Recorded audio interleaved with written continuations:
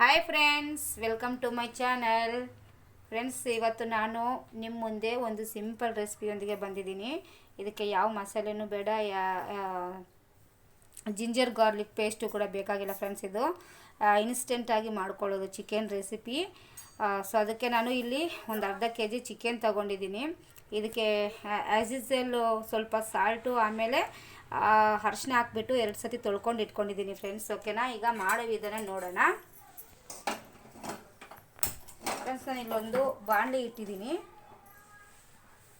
ಇದು ಬಾಣಲಿ ಬಿಸಿ ಆಗಬೇಕು ಫ್ರೆಂಡ್ಸ್. ಆಮೇಲೆ ಯಾರೆಲ್ಲ ನನ್ನ ಚಾನಲ್ನ ನೋಡ್ತಾ ಇದ್ದೀರಾ, ಲೈಕ್ ಮಾಡಿ, ಶೇರ್ ಮಾಡಿ, ಹಾಗೆ ಹೊಸದಾಗಿ ನೋಡೋರು ಸಬ್ಸ್ಕ್ರೈಬ್ ಮಾಡ್ಕೊಳ್ಳಿ ಅಂತ ಹೇಳ್ತಾ ನಾವು ಅಡುಗೆನ ಸ್ಟಾರ್ಟ್ ಮಾಡೋಣ ಫ್ರೆಂಡ್ಸ್.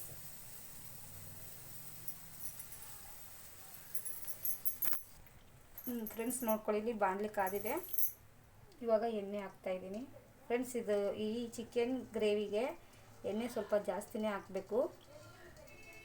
ಸೊ ಈಗ ಸ್ವಲ್ಪ ಹಾಕ್ಕೊಳ್ಳೋಣ, ಆಮೇಲೆ ಇನ್ನೂ ಸ್ವಲ್ಪ ಹಾಕ್ಕೊಳ್ಳೋಣ ಫ್ರೆಂಡ್ಸ್. ನೋಡ್ಕೊಳ್ಳಿ, ನಾನಿಲ್ಲಿ ಚಿಕ್ಕದಾಗಿ ಒಂದು ಈರುಳ್ಳಿ ಕಟ್ ಮಾಡಿದ್ದೀನಿ, ಅದನ್ನು ಹಾಕ್ಕೊತಿದ್ದೀನಿ ಫ್ರೆಂಡ್ಸ್.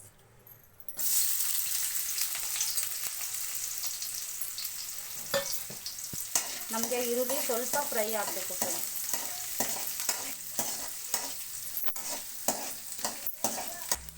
ಫ್ರೆಂಡ್ಸ್ ನೋಡಿ, ಈ ಥರ ಫ್ರೈ ಆದರೆ ಸಾಕು ನಮಗೆ.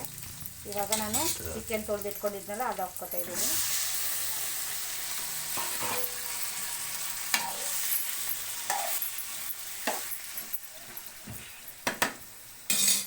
ಫ್ರೆಂಡ್ಸ್, ಆಮೇಲೆ ನೋಡ್ಕೊಳ್ಳಿ, ಇಲ್ಲಿ ನಾನು ರುಚಿಗೆ ತಕ್ಕಷ್ಟು ಉಪ್ಪು ತೊಗೊಂಡಿದ್ದೀನಿ. ಆಮೇಲೆ ಒಂದು ಕಾಲು ಸ್ಪೂನು ಅರಿಶಿನ ತೊಗೊಂಡಿದ್ದೀನಿ ಫ್ರೆಂಡ್ಸ್, ಅದನ್ನು ಹಾಕ್ಕೊತಾ ಇದ್ದೀನಿ. ಸೊ ಇವಾಗ ಇದನ್ನು ಚೆನ್ನಾಗಿ ಮಿಕ್ಸ್ ಮಾಡಬೇಕು. ಮಿಕ್ಸ್ ಮಾಡಿಬಿಟ್ಟು ಇವಾಗ ಇಲ್ಲಿ ಚಿಕನಲ್ಲಿರೋ ವೇಸ್ಟ್ ನೀರೆಲ್ಲ ಸುಂಡು ಹೋಗಬೇಕು ಫ್ರೆಂಡ್ಸ್. ನಮಗೆ ಫುಲ್ ಡ್ರೈ ಆಗಬೇಕು ಚಿಕನು, ಆ ಥರ ಬೇಯಿಸ್ಕೋಬೇಕು. ಸೊ ಹೀಗೆ. ಸೊ ಈಗ ಮುಚ್ಚೋಣ ಫ್ರೆಂಡ್ಸ್. ನೋಡೋಣ ಇದು ಚಿಕನ್ನ. ಸೊ ನೀರೆಲ್ಲ ಸುಂಡೋಗಿದೆ ನೋಡಿ ಏನೂ ಇಲ್ಲ ನೀರಿಲ್ಲಿ. ಈ ಥರ ಡ್ರೈ ಆಗಬೇಕು ನಮಗೆ ಚಿಕನ್ನು. ಇದಕ್ಕೆ ಮಸಾಲೆ ಹಾಕ್ಕೊಳ್ಳೋಣ ಈಗ.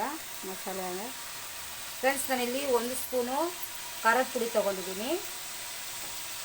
ಆಮೇಲೆ ಒಂದು ಅರ್ಧ ಸ್ಪೂನು ಧನಿಯಾ ಪುಡಿ, ಆಮೇಲೆ ಒಂದು ಚಿಕನ್ ಮಸಾಲೆ ಪ್ಯಾಕೆಟ್ ತೊಗೊಂಡಿದ್ದೀನಿ ಫ್ರೆಂಡ್ಸ್, ಚಿಕ್ಕದು. ಸೊ ಅದನ್ನು ಹಾಕ್ಕೊತಾ ಇದ್ದೀನಿ ನೋಡಿ.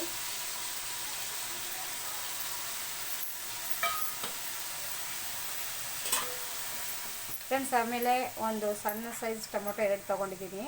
ಆ ಟೊಮೊಟೊ ಆಪ್ಷನಲ್, ನಿಮಗೆ ಇಷ್ಟ ಇದ್ದರೆ ಹಾಕ್ಕೋಬೋದು, ಇಲ್ಲಾಂದರೆ ಸ್ಕಿಪ್ ಮಾಡ್ಬೋದು ಫ್ರೆಂಡ್ಸ್. ಅಂದರೆ ಚಿಕನ್ ಜೊತೆಗೆ ಇವು ಮಧ್ಯೆ ಮಧ್ಯೆ ಸಿಗ್ತಾಯಿದ್ರೆ ಬಾಯಿಗೆ ತುಂಬ ಚೆನ್ನಾಗಿರುತ್ತೆ, ಒಂಥರ ಹುಳಿ ಹುಳಿಯಾಗಿ ಚೆನ್ನಾಗಿರುತ್ತೆ ಫ್ರೆಂಡ್ಸ್. ಇದಕ್ಕೆ ನೀರು ಹಾಕ್ಕೊಳ್ಳೋಣ ಸ್ವಲ್ಪ.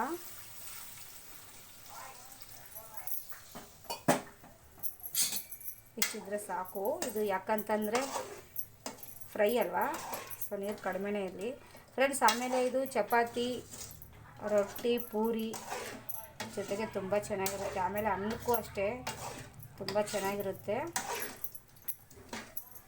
ಸೊ ಇವಾಗ ಉರಿ ಕೊಟ್ಬಿಟ್ಟು ಇದನ್ನು ಬೇಯಿಸ್ಕೊಳ್ಳೋಣ ಫ್ರೆಂಡ್ಸ್ ನೀಟಾಗಿ. ಫ್ರೆಂಡ್ಸ್, ಇನ್ನೂ ಸ್ವಲ್ಪ ನೀರು ಹಾಕೋಣ.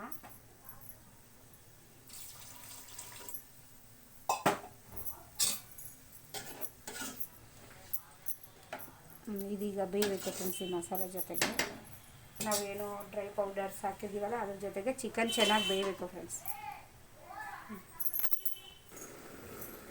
ಫ್ರೆಂಡ್ಸ್, ನೋಡೋಣ ನಮ್ಮ ಚಿಕನ್ ಫ್ರೈ ಎಲ್ಲಿಗೆ ಬಂದಿದೆ ಅಂತ. ಇನ್ನೂ ಗಟ್ಟಿ ಆಗಬೇಕು. ಸೊ ಫ್ರೆಂಡ್ಸ್, ಈಗ ನಾವು ನೋಡಿದ್ದೀನಿ, ನಾನು ಸ್ವಲ್ಪ ಕೊತ್ತಂಬರಿ, ಸ್ವಲ್ಪ ಪುದೀನ ತೊಗೊಂಡಿದ್ದೀನಿ. ತೊಗೊಂಡು ನೀಟಾಗಿ ಕಟ್ ಮಾಡಿಬಿಟ್ಟು ತೊಳೆದು ಹಾಕ್ತಿದ್ದೀನಿ ಫ್ರೆಂಡ್ಸ್. ಸ್ವಲ್ಪ ಹಾಕೋಣ ಸಾಕು.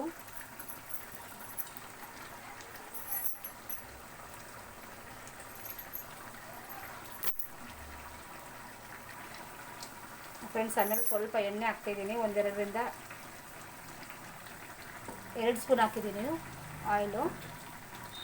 ಸೊ ಇವಾಗ ಇದನ್ನು ಮಿಕ್ಸ್ ಮಾಡ್ಕೊಳ್ಳೋಣ. ಮಿಕ್ಸ್ ಮಾಡಿಬಿಟ್ಟು ಇನ್ನು ಸ್ವಲ್ಪ ಬೇಯಬೇಕು ಫ್ರೆಂಡ್ಸ್. ಇದು ಇನ್ನೂ ಚೂರು ಗಟ್ಟಿ ಆಗಬೇಕು. ಸೊ ಹೀಗೆ ನೀಟಾಗಿ ಮಿಕ್ಸ್ ಮಾಡಿಕೊಂಡು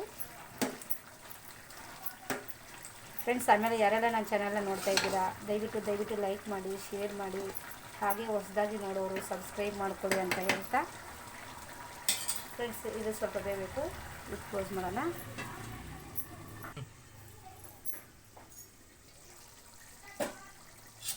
ಫ್ರೆಂಡ್ಸ್ ನೋಡಿ, 6 ನಿಮಿಷಗಳಲ್ಲಿ ನಮಗೆ ಸಿಂಪಲ್ಲಾಗಿ ಚಿಕನ್ ಫ್ರೈ ರೆಡಿ ಆಯಿತು.